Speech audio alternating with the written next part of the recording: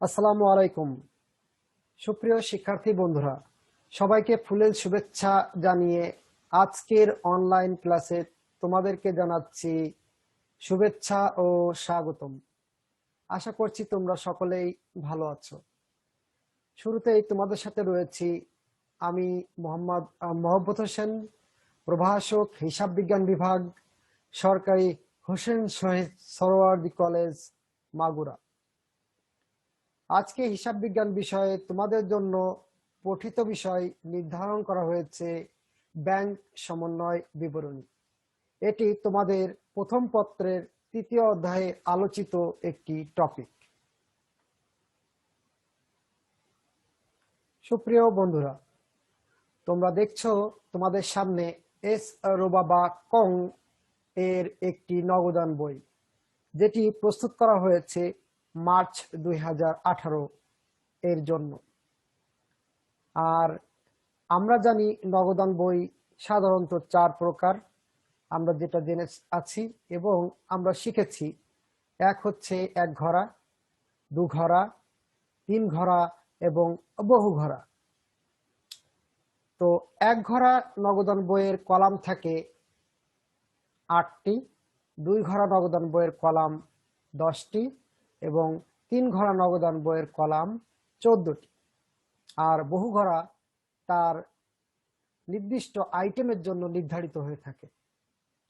তো যা হোক, নগদান বইয়ের ডান দিকে ডেবিট এবং বাম দিকে ক্রেডিট, এবং প্রথম 4টি তারিখ, বিবরণ, জাবেদা পৃষ্ঠা, নগদ এবং ব্যাংক পরিমাণ টাকা 5টি, 1, 2, 3, 4 এবং 5।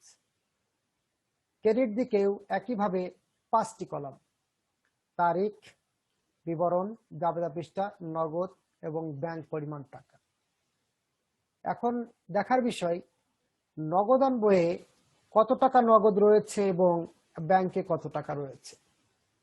নগদান বই অনুযায়ী ব্যাংক এ রক্ষিত টাকার পরিমাণ আমরা এখান থেকে দেখার চেষ্টা করব। 1-3 মার্চ 1 তারিখে প্রারম্ভিক ব্যালেন্স ছিল আমাদের নগদ, অর্থাৎ হাতে ক্যাশ টাকা ছিল 5,000 এবং ব্যাংকে জমা ছিল 2,000। তো ইমরানের কাছ থেকে একটি চেক পেয়েছি। কত টাকার চেক? 1,000 টাকার চেক। মিজানের থেকে মিজান হতে নগদ প্রাপ্তি কত টাকা? 2,000 টাকা। অপরদিকে রহিমকে চেক প্রদান করেছি 5,000 টাকা। মনিহারি ক্রয় করেছি 5,000 টাকা। জসিমকে নগদ প্রদান 3,000 টাকা। এবং যোগ বিয়োগ শেষে আমাদের হাতে রয়েছে কত টাকা? ব্যাংকে দেখাচ্ছি আমরা 2,000 টাকা এবং সমাপনীয় ব্যালেন্স আছে এখানে নগদ টাকা 4,000 টাকা। যা হোক, এখানে একটি চিত্র তোমাদের সামনে উপস্থাপন করা হলো যে নগদান বইয়ে যে ব্যালেন্স শো করছে সেখানে দেখাচ্ছে ব্যাংকে আমার টাকা আছে 2,000 এবং হাতে নগদ আছে 4,000। অর্থাৎ নগদান বই অনুযায়ী আমার ব্যাংকে টাকা থাকার কথা কত? 2,000 টাকা। অপরদিকে আমার যে ব্যাংক অ্যাকাউন্টটা সোনালী ব্যাংকে রয়েছে, সেখানকার আমি একটি স্টেটমেন্ট বা ব্যাংক বিবরণী আমি তুলে নিয়ে এসেছি এবং এখন মিলিয়ে দেখছি যে আমার যে সকল ঘটনা ঘটেছে সেগুলোর সাথে মিল রয়েছে কিনা। এখানে দেখা যাচ্ছে 1-3 প্রারম্ভিক ব্যালেন্স আমার ব্যাংকে ছিল 2,000 টাকা, ঠিক আছে। শাকিল হতে প্রাপ্ত 1,200 টাকা, তাহলে আমার ব্যালেন্স হবে 3,200 টাকা। নোমানকে আমি প্রদান করেছি 1,000 টাকা, তাহলে আমার টাকা কমে গেছে 2,200 টাকা এখন থাকবে। 3,200 থেকে আমার 1,000 চলে গেলে 2,200 টাকা থাকবে। ব্যাংক চার্জ করেছে, যে বিষয়টা হয়তো আমি জানতাম না, এখন স্টেটমেন্ট তুলে আনার পরে আমি বুঝতে পারলাম যে আমার রক্ষিত টাকা থেকে ব্যাংক টাকা কেটে নিয়েছে। কত টাকা? 200 টাকা। তাহলে আমার ব্যালেন্স আছে 2,200 টাকা থেকে 200 টাকা যদি বাদ দিই তাহলে 2,000 টাকা। অপরদিকে ব্যাংক সুদ, অর্থাৎ ব্যাংক আমাকে সুদ দিয়েছে, আমার আমানতের উপরে ব্যাংক আমাকে একটি সুদ দিয়েছে, যেটা আমার আয় বা প্রাপ্তি, তাহলে আমার বর্তমান ব্যালেন্স হচ্ছে 2500 টাকা। এবং ব্যালেন্স, সমাপনী ব্যালেন্স এখানে আমার দেখা যাচ্ছে যে 1500 টাকা এখান থেকে আমার চলে গিয়েছে। তাতে করে আমার বর্তমান ব্যালেন্স রয়েছে কত? 1000 টাকা। বর্তমান ব্যাংক স্টেটমেন্ট অনুযায়ী আমার এখন ব্যাংকে রক্ষিত টাকার পরিমাণ 1000। নগদান বই অনুযায়ী আমার টাকার পরিমাণ যেটি ছিল, কিন্তু ব্যাংক স্টেটমেন্ট উঠিয়ে আনার পরে আমি দেখছি ব্যাংকে আমার এই অ্যামাউন্টটা নগদান বই অনুযায়ী আমার যে রক্ষিত ব্যালেন্স, সেই ব্যালেন্সের সাথে মিলছে না। তাহলে কোশ্চেন, পাঁচ বই অনুযায়ী সমাপনীয় ব্যাংক ব্যালেন্স আছে কত? 1000 টাকা। অপরদিকে নগদান বই অনুযায়ী সমাপনীয় ব্যাংক ব্যালেন্স আমার থাকার কথা ছিল কত? 2000 টাকা। গড়মিল কত টাকা? গড়মিল হচ্ছে 1000 টাকা। তাহলে সুপ্রিয় শিক্ষার্থী বন্ধুরা, গড়মিল হলো 1000 টাকা। আমাদের আজকের আলোচনার বিষয় ব্যাংক সমন্বয় বিবরণী, ব্যাংক রিকনসিলিয়েশন স্টেটমেন্ট। চলো এখন আমরা একটি ধারণা নিই। আজকে আমরা এই ব্যাংক রিকনসিলিয়েশন স্টেটমেন্ট বা ব্যাংক সমন্বয় বিবরণী এই অধ্যায় থেকে যা যা শেখার চেষ্টা করব বা জানার চেষ্টা করব। 1 নম্বর হচ্ছে ব্যাংক সমন্বয় বিবরণী কাকে বলে? নগদান বইতে হিসাব রাখার পদ্ধতি কি? পাস বইতে হিসাব রাখার পদ্ধতি কি? ব্যালেন্স সংশোধন পদ্ধতি কি? ডেবিট মেমোরান্ডাম কি? ক্রেডিট মেমোরান্ডাম কাকে বলে? পরিবহনাধীন জমা কি? এবং পরিশেষে 8 নম্বরে আমরা জানবো বকেয়া চেক কাকে বলে। ব্যাংক সমন্বয় বিবরণী, যে বিবরণীর মাধ্যমে নগদান বই ও পাস বইয়ের এর গড়মিল ঠিক করা হয়। যে বিবরণীর মাধ্যমে নগদান বই ও পাস বইয়ের বা ব্যালেন্স এর গড়মিল ঠিক করা হয় তাকে ব্যাংক সমন্বয় বিবরণী বলে। এটি কোনো হিসাব নয়, এটি একটি বিবরণী মাত্র। It is only a statement. It is not a account. Dear learners, you know very well what is accounting cycle. আমরা জানি লেনদেন শনাক্তকরণ, identification of transactions, journalizing, Jabeda, ledger, the permanent accounts of the transaction, খতিয়ান, trial balance, a list of both balances of ledger for debit and credit, and final account. By preparing the final account, we understand very clearly how much amount of assets exist and how much amount of liabilities are shown, and side by side the total owner's equity of the company. That means A equal to L plus C. চূড়ান্ত হিসাব তৈরি করার মাধ্যমে আমরা বুঝতে পারি সম্পদের পরিমাণ, পাশাপাশি দায় এবং মালিকানা সত্ত্বের অবস্থান। তো বন্ধুরা, হিসাব রাখার পদ্ধতিটা কি তাহলে? এর ভিতরে সম্পত্তি বা ক্যাশ হচ্ছে সবচেয়ে মূল্যবান। তো হিসাব রাখার পদ্ধতিটা কেমন হবে? নগদান বইতে যদি নগদ টাকা বাড়ে তাহলে হবে ডেবিট, যদি চলে যায় তাহলে হবে ক্রেডিট। একইভাবে পাস বইতে হবে উল্টা। মনে রাখতে হবে পাস বই তোমার হয়ে ব্যাংক কাজ করে। পাস বই মানে ব্যাংক আমার হয়ে বা আমার কোম্পানি হয়ে কাজ করে। তাহলে আমার টাকা যদি ব্যাংকে যায় তাহলে ব্যাংক আমার হিসাবকে ক্রেডিট করবে। এই জন্য নগদান বইয়ে যা হবে পাস বইতে হবে তার উল্টা, কমলে ডেবিট আর বাড়লে ক্রেডিট।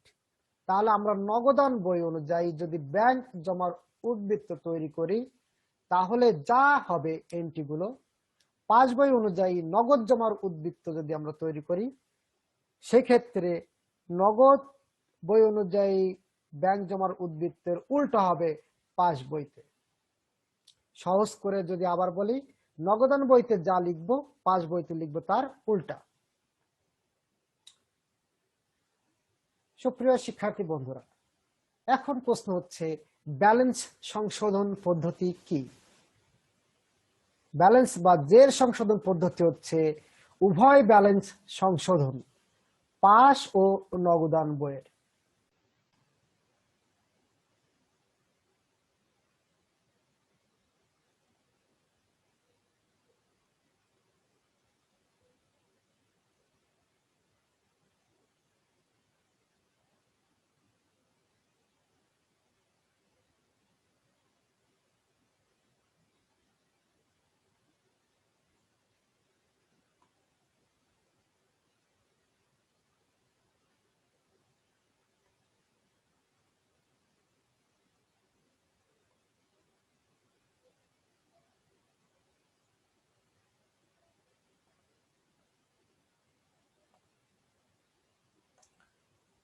ব্যালেন্স সংশোধন পদ্ধতি হচ্ছে উভয় ব্যালেন্স সংশোধন পাস ও নগদান বইয়ের যে ব্যালেন্স রয়েছে সেই সংশোধনকে বোঝায়।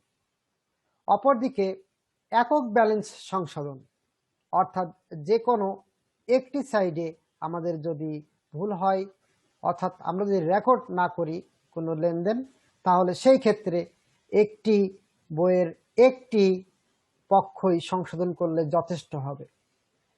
ক্ষেত্র বিশেষে উভয়ের দিকেই ভুল হতে পারে, সেই ক্ষেত্রে উভয় দিকেই আমাদের এন্ট্রি দিয়ে এন্ট্রি বা লেনদেনকে আমরা কি করব, পুট করে সেটা সংশোধন করব।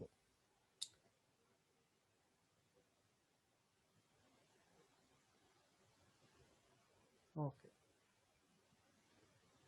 নগদান বই সংশোধন। ফার্মের কর্মকর্তা হিসেবে নগদান বইতে পরিবর্তন করা সম্ভব, কিন্তু পাস বইতে সম্ভব না, কারণ পাস বইটি ব্যাংক কর্তৃক প্রদত্ত, সেখানে ফার্ম এর কোনো এখতিয়ার নেই। তাই নগদান বইতে পরিবর্তন করে পাস বইয়ের সাথে মিলাবো, অর্থাৎ নিজেদের যে নগদান বই রয়েছে সেটাই পরিবর্তন করতে হবে, পাস বই না। পাস বই সংশোধন, ব্যাংকের কর্মকর্তা হিসেবে পাস বই পরিবর্তন করা সম্ভব, নগদান বইতে না। অর্থাৎ ব্যাংক কর্মকর্তা যদি বুঝতে পারেন সেখানে তার পরিবর্তন করা প্রয়োজন, তাহলে তিনি ব্যাংকের পক্ষ হয়ে সেটি করতে পারবেন, কিন্তু নগদান বই তো থাকে কোম্পানির কর্মকর্তাদের কাছে, সেখানে হাত দেওয়ার এখতিয়ার তার নেই। তাই নগদান বই ব্যাংক কর্মকর্তা নিশ্চয়ই সংশোধন করতে পারবেন না। তাই পাস বইতে পরিবর্তন করে নগদান বইয়ের সাথে মিলাবো। উভয় বই সংশোধন, আমার হাতে নগদান বই ও পাস বই দুটোই আছে, এখন আমাকে নগদান ও পাস বই দুটোর জের ঠিক করতে হবে। অর্থাৎ আমি যদি দুইটি সংরক্ষণ করার এখতিয়ার রাখি বা আমার কাছে সংরক্ষিত থাকে, সেক্ষেত্রে আমি দুইটাই সংশোধন করতে সক্ষম হব। এ পর্যায়ে ব্যাংক সমন্বয় বিবরণী একক ব্যালেন্স সংশোধন।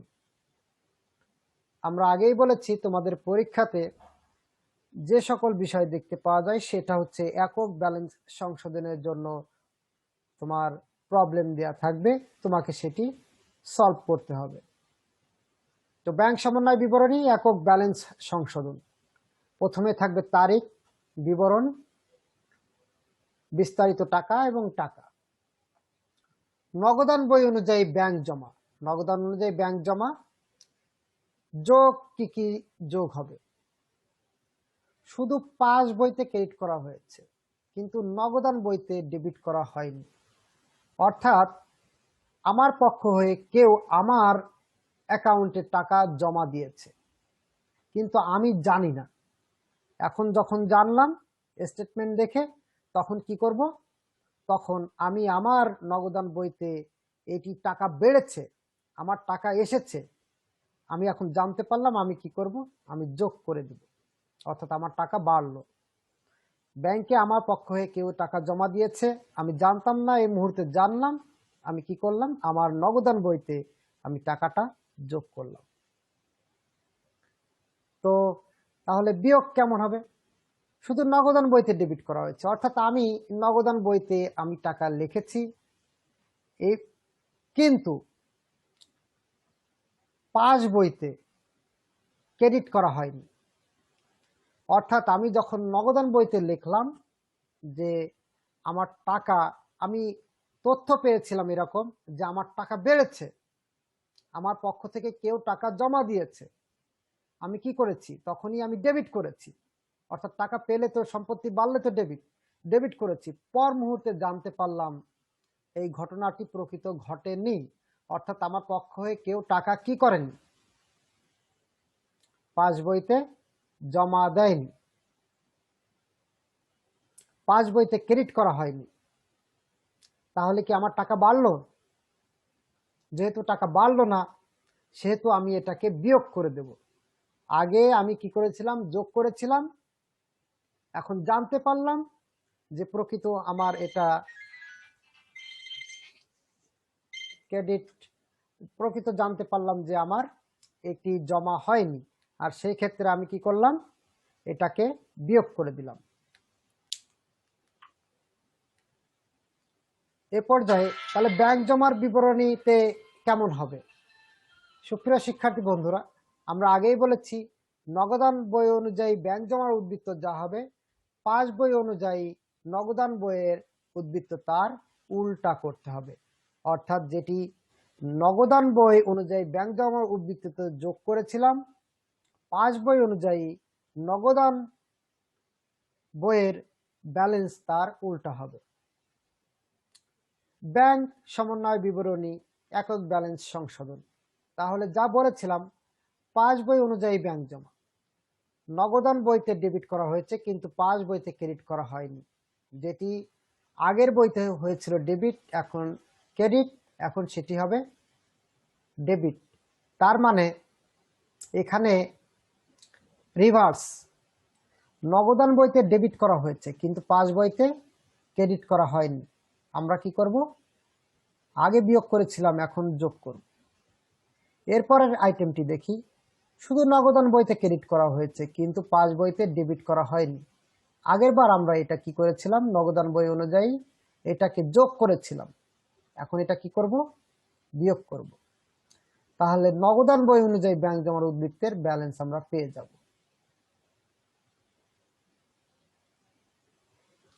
সুপ্রিয় শিক্ষার্থী বন্ধুরা, ব্যাংক সমন্বয় বিবরণী উভয় ব্যালেন্স সংশোধন এর একটি নমুনা ছক তোমাদের সামনে উপস্থাপন করছি। নগদান বই অনুযায়ী ব্যাংক জমা, এক্ষেত্রে যোগ, যেমন যোগের আইটেমগুলো তোমার সামনে। পাস বইতে ক্রেডিট করা হয়েছে কিন্তু নগদান বইতে ডেবিট করা হয়নি। আমি জেনেছি পাস বইতে কি করা হয়েছে? আমার পক্ষ থেকে দেনাদার বা অন্য কেউ টাকা দিয়েছে আমার কোম্পানিকে। এখন আমি জানলাম, জানার পরে আমি এটা কি করব? ডেবিট করব, মানে আমার সম্পত্তি বেড়েছে, নগদ টাকা এসেছে। তো জানা মাত্র আমি কি করলাম? এটি যোগ করে দিলাম। 2 নম্বর আইটেম হচ্ছে, আমার কিছু আইটেম এমন রয়েছে যেটি আমি ডেবিট করেছিলাম না, অর্থাৎ লিখতে ভুলে গিয়েছিলাম। টাকা বেড়েছে বা টাকা এসেছে কিন্তু আমি লিখতে ভুলে গিয়েছিলাম, এখন লিখে দিব, তার মানে যোগ করব। একইভাবে পাস বইতে ডেবিট করা হয়েছে কিন্তু নগদান বইতে ক্রেডিট করা হয়নি। একটু ভালো করে বোঝার চেষ্টা করতে হবে। পাস বইতে ডেবিট করা হয়েছে মানে কি? পাস বইতে কমিয়ে দেওয়া হয়েছে, ডেবিট করে মানে কমিয়ে দেওয়া। নগদান বইতে ক্রেডিট করা হয়নি। নগদান বইতে ক্রেডিট করা মানে কি? নগদান বইতে ক্রেডিট করা মানে কমায় দেয়া। যেহেতু পাস বইতে ডেবিট করে দিয়েছি, মানে আমার ব্যাংক থেকে টাকা চলে গেছে, আমি জানতাম না, এই মুহূর্তে আমি জানলাম, জানা মাত্রই আমি কি করব, আমার নগদ বই থেকে কমিয়ে দেব। অর্থাৎ আমার পক্ষে ব্যাংক কাউকে টাকা দিয়ে দিয়েছে, আমি আমার কোনো পাওনাদারকে টাকা দিয়ে দিয়েছে, আমি জানতাম না, যে মুহূর্তে আমি জানলাম সেই মুহূর্তে আমি কি করলাম, আমার নগদের যে ব্যালেন্স ছিল তা থেকে বিয়োগ করলাম, মানে কমে গেল। তো নগদান বই অনুযায়ী যা যা যোগ করেছি, পাস বই অনুযায়ী ব্যাংক জমা তার উল্টা করব, যোগ করলে সেগুলো কি করব, বিয়োগ করব। আর এখানে নগদান বই অনুযায়ী যেগুলো বিয়োগ করেছি সেগুলো পাস বই অনুযায়ী যোগ করব। আশা করছি সুপ্রিয় শিক্ষার্থী বন্ধুরা, তোমরা খুব স্পষ্টভাবে ধারণা লাভ করতে সক্ষম হচ্ছ। গুরুত্বপূর্ণ যে সকল টার্ম রয়েছে তা তোমাদের সামনে আমরা এখন উপস্থাপন করার চেষ্টা করছি। ডেবিট মেমোরান্ডাম, ক্রেডিট মেমোরান্ডাম, পরিবহনাধীন জমা ও বকেয়া চেক। ডেবিট মেমোরান্ডাম, বিল যার মাধ্যমে ব্যাংক টাকা কাটে, একটি বিল যার মাধ্যমে ব্যাংক টাকা কাটে তাকে বলে ডেবিট মেমোরান্ডাম। ক্রেডিট মেমোরান্ডাম, বিল যার মাধ্যমে ব্যাংক টাকা জমা করে। খুব সহজ। পরিবহনাধীন জমা, এখানে দুইটি বিষয় রয়েছে, শুধু পাস বইতে প্রদর্শিত, শুধু নগদান বইতে প্রদর্শিত। একটি পর্যায়ে থাকবে শুধু পাস বইতে প্রদর্শিত আর শুধু নগদান বইতে প্রদর্শিত। পরিবহনাধীন অর্থাৎ এই বহন করবে, শুধু পাস বই বহন করবে, এই ক্ষেত্রে শুধু নগদান বই বহন করবে বা প্রদর্শিত হবে। বকেয়া চেক, ইস্যুকৃত ও জমাকৃত, দুই রকম চেক হতে পারে, ইস্যুকৃত চেক এবং জমাকৃত চেক। সুপ্রিয় শিক্ষার্থী বন্ধুরা, এ পর্যায়ে মূল্যায়নে তোমাদের যে সকল বিষয়গুলো ভালোভাবে অনুধাবন করা দরকার সেগুলো হচ্ছে ব্যাংক সমন্বয় বিবরণী, নগদান বই হিসাব রাখার পদ্ধতি, পাস বই হিসাব রাখার পদ্ধতি, ব্যালেন্স সংশোধন পদ্ধতি, ডেবিট মেমোরান্ডাম, ক্রেডিট মেমোরান্ডাম, পরিবহনাধীন জমা ও বকেয়া চেক। খুব সুস্পষ্টভাবে মনে রাখলে তোমরা নিশ্চয়ই উপকৃত হবে এবং পরীক্ষায় সফলতার স্বাক্ষর রাখতে সক্ষম হবে। তো thank you all for staying with me and taking a patient. Allah Hafiz.